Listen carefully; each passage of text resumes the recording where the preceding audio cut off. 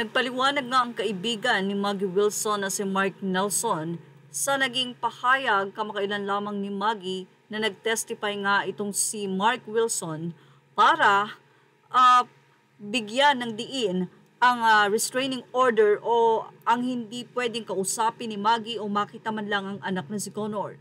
Kung saan ay nag-testify nga doon si Mark Nelson. Nalulungkot si Maggie sa ganawang ito na nag-side nga si Mark Nelson sa kanyang husband na si Victor Consuji. Narito po ang buong paliwanag at depensa naman nitong si Mark Nelson. Sa di umano ay bakit nga ba nag-testify siya sa nasabi nga pong restraining order na isinampa ni Victor Consuji sa sariling ina ni Connor. Depensa nga ni Mark Nelson. Mula sa kanyang post, I understand that there has been some speculations or assumptions made about my involvement with a recent case involving Maggie Wilson and Victor Consuji regarding their son. To clear things up, I would like to clarify some points regarding this. My only concern regarding this matter is the welfare of their son, who happens to be my godson. He has already experienced many changes in his life and unfortunately has to navigate them publicly. At his age, he is beginning to build his identity and form new connection in school and with his community, which makes these public stories potentially harmful in the long run. Sa patuloy nga na pag-explain nitong si Mark Nelson, sinabi niya na in one-on-one conversation, he expressed to me how upset he has been about the social media posts his mother has made concerning him during the dispute between his parents. He specifically shared that the posts place him in an uncomfortable position, drawing unwanted attention and questions from both peers and adults, attention he neither likes nor wants.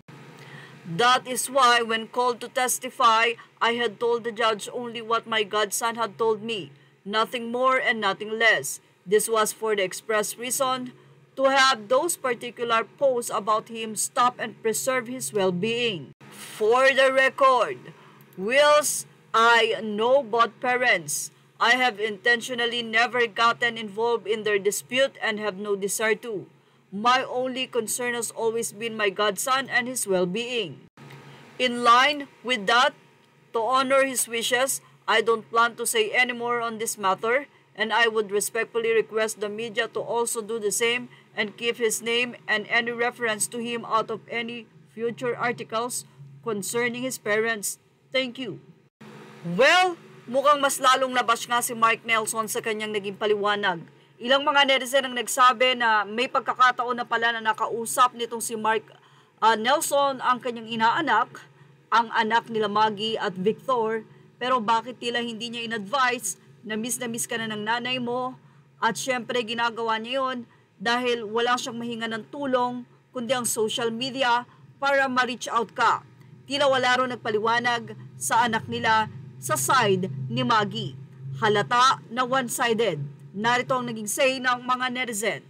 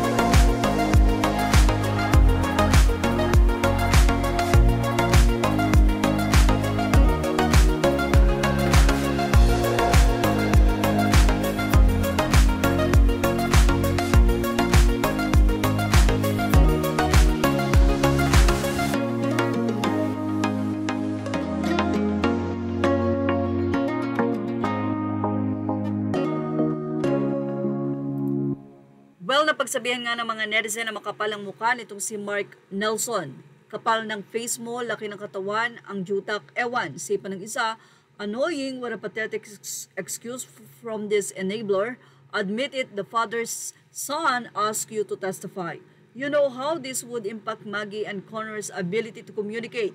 You are still a disgrace. Godson mo pala. Sana naisip mo yon na ilalayo mo siya sa nanay niya. At yan ang ating Showbiz Snap update. Thank you for watching. Images are all credit to the rightful owners. Please like, share, and subscribe.